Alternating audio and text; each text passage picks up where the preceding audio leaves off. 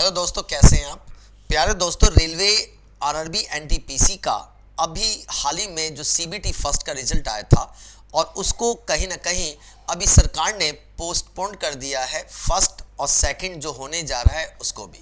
My dear student, 2019 में total 35,281 vacancy आई थी।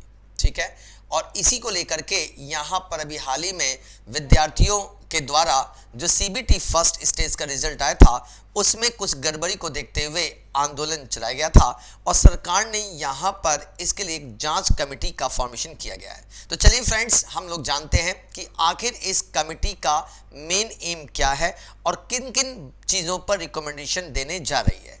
Dear students, बिल्कुल बारीकी से समझिए और पूरा ए टू जेड आसान भाषा में मैं आपको यहाँ पे समझाने जा रहा हूँ। माय डियर स्टूडेंट, यहाँ पे देखिए, रेलवे ने गैर तकनीकी लोकप्रिय श्रेणियों के लिए आयोजित प्रथम चरण की कंप्यूटर आधारित टेस्ट सीबीटी फर्स्ट के परिणामों के संबंध में उम्मीदवारों द्वारा उठाई गई चिंताओं को देखने के लिए एक उच्च अधिकार प्राप्त समिति का गठन किया है। यानी यहाँ पर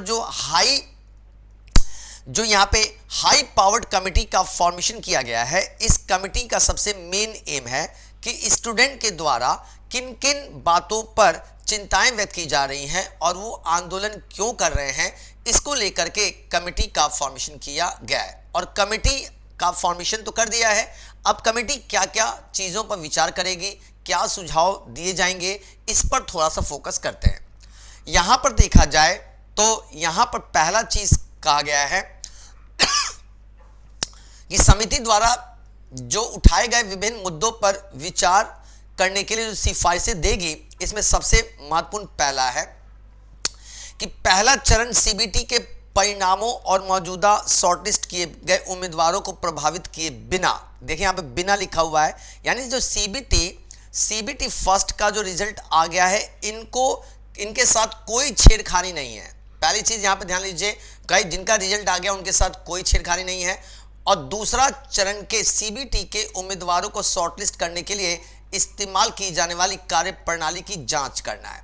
मतलब कह रहा है कि सीबीटी फर्स्ट का जो पहला रिजल्ट आया है इस पर कोई भी यहाँ पर कुछ भी इसको प्रभावित नहीं करेंगे और जो नया जो रिजल्ट देंगे उसको लिए उम्मीदवारों को शॉर्टलिस्ट करने के लिए जो प्रणाली अपनाई जानी है उस पर यह निगरानी रखेगा कौन? ये समिति। दूसरा चीज समझिए, दूसरा कहा गया है कि रेल मंत्रालय के बयान में कहा गया है कि जो भी उम्मीदवार हैं वो अपनी चिंताओं और सुझावों को समिति को डायरेक्ट यहां पर दर्ज करा सकते हैं। यहां पर देखिए दिया हुआ है rrbcommittee@railnet.government.in पर। यहां पर जाकर भाई आप अपने सुझाव या अपने चिंताएं यहां पर व्यक्त कर सकते हैं।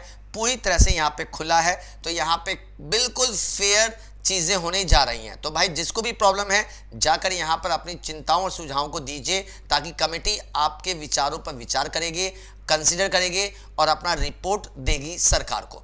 दूसरा सबसे महत्वपूर्ण चीज़ कि भाई आप आरआरबी के सभी अध्यक्षों को अपने मौजूदा चैनलों के माध्यम से उम्मीदवारों को शिकायत को प्राप्त करने और इन शिकायतों को संकलित करने के लिए समिति को भेजने का निर्देश दिया गया है। यानी कह रहा है कि भाई जो आरआरबी जितने भी आरआरबी के अध्यक्ष हैं, ठीक है, जिन्होंने अपने अपने क्षेत्र में या अपने अपने जोन से लेकर यहाँ पर एग्जामिनेशन कराए थे, उन सारे आरआरबी के अध्यक्षों को कहा गया है कि भाई आप उम्मीदवारों से शिकायतें लीजिए और जिस कमेटी का फॉर्मेशन सरकार ने किया है उस कमेटी तक उन सुझावों को और उन शिकायतों को पहुंचाएं ताकि कमेटी अपनी रिपोर्ट दे सके। यहां पर जो है उम्मीदवार जो हैं, जो आरआरबी के कैंडिडेट हैं, उन्हें कहा गया कि भाई आप 16 फरवरी तक जो है अपने शिकायतें और सुझाव को कमेटी तक रख सकते हैं और मार्च में ये कमेटी अपनी सिफारिश देगी कि आखिर करना क्या है। तो लास्टली जो है 16 फरवरी लास्ट डेट है, तो जिसको भी बच्चे को 16 फरवरी तक अपनी शिकायत दर्ज करानी है, आप गवर्नमेंट की साइट पे जाएं, जो दिया था मैंने भी साइट आपको, उस पे जाएं, रजिस्टर साइट पे जाकर अपनी शिकायतों को दर्ज करा सकते हैं। इसके बाद गाइस यहां पर 16 मार्च तक हमें वेट करना है। मार्च में अंतिम जो भी रिपोर्ट आएगा उसके आधार पर गाइस यहां पे सरकार डिसीजन लेगी कि करना क्या है और इसके बाद ही अब आपका एग्जाम होगा। तो आप तो मान के चलिए कि लगभग आपकी परीक्षा जून तक जाने की पूरी संभावना है, क्योंकि मार्च में रिपोर्ट आएगा, फिर नए तरीके से शेड्यूल करेंगे ये एग्जाम के लिए, तो कहीं ना कहीं अभी टाइम लगने वाला है। तो मान के चलिए जून तक आपका पेपर होगा। Thank you, take care and Jai Hind दोस्तों।